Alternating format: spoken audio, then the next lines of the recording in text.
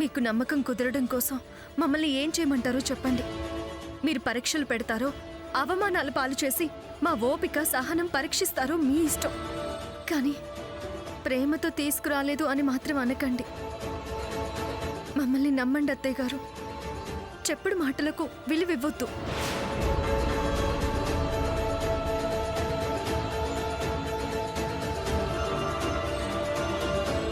చెప్పుడు మాటలేంటి? చెప్పుడు మాటలు,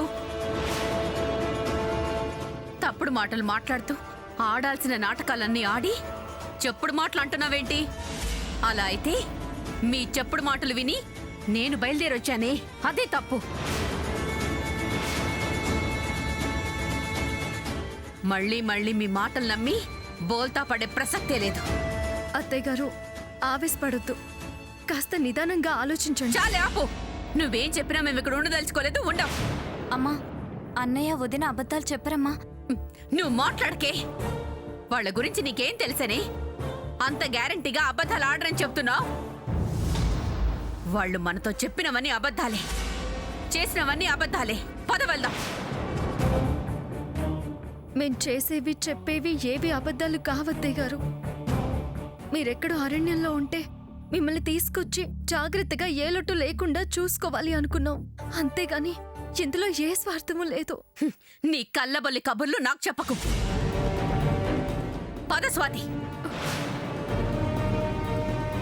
మమ్మల్ని నమ్మండి అత్తయ్య గారు.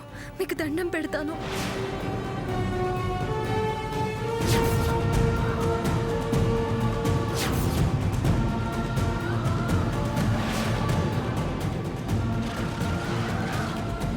ప్లీజ్ అత్తయ్య గారు. ఎవరే నీకు అత్తయ్యా? పో.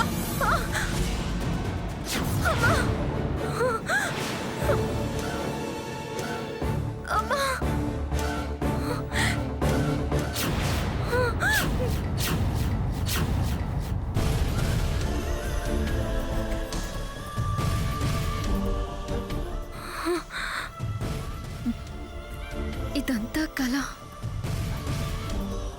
ఈ కళ నిజం కానివ్వను. అత్తయ్యకి అసలు విషయం ఎప్పటికీ తెలియకూడదు. ఈ కళ వెనక అర్థం ఎవరో మా వెనకాల కుట్రదారులున్నారు అని హెచ్చరిక కావచ్చు.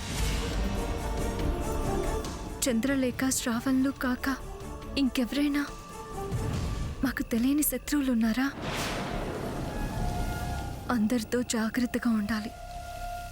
అందరినీ గమనిస్తూ ఈ కుటుంబానికి ఏ హాని జరగనివ్వకుండా జాగ్రత్త పడాలి. భవిష్యత్తులో నాకు పుట్టబోయే బిడ్డకి భవిష్యత్తుకి మధ్య ఎలాంటి విభేదాలు రాకుండా జాగ్రత్త పడాలి. అత్తయ్య గారికి విషయం తెలిస్తే పడ్డ ప్రయాస అంతా వృధా అయిపోతుంది. మళ్ళీ ప్రమాదంలో పడతాం. ఎలాగైనా అత్తయ్య గారిని చాలా జాగ్రత్తగా కనిపెట్టుకుని ఉండాలి. అమ్మా, అలాంటి వాళ్ళది నిజమైన ప్రేమ కాదు, అది వ్యామోహం. ఎగ్జాక్ట్లీ చిన్నత్త. నిజంగా ప్రేమించుకున్న వాళ్ళు అలా చేయరు. ఎంత మనసు విరిగిపోతే కన్న కూతుర్ని పట్టుకొని మా దృష్టిలో చచ్చిపోయా ఉంటుందా తల్లి? అది సరే అమ్మా. తన కూతురుతో తన మాట అనేటప్పుడు ఆమె మాటల్లో వ్యథ, కళ్ళల్లో బాధ గమనించావమ్మా? పెద్దబాబుకు బర్త్డే విషెస్ చెప్పు కూడా వెళ్ళాం కదా. ఊరికే ఎలా కాలిపోతుంది? మంట పెడితేనో పడితేనో తగలబడుతుంది.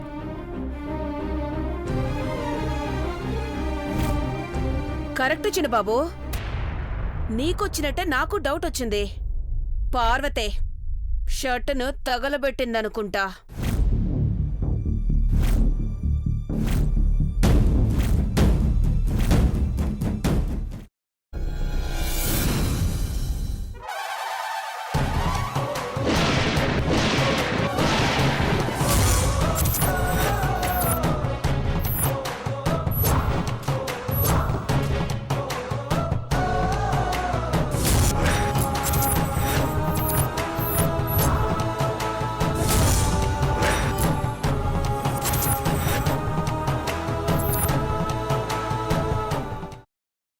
తర్వాత పొట్టు తీసేసి చాప్ చేసి పక్కన పెట్టుకోవాలి.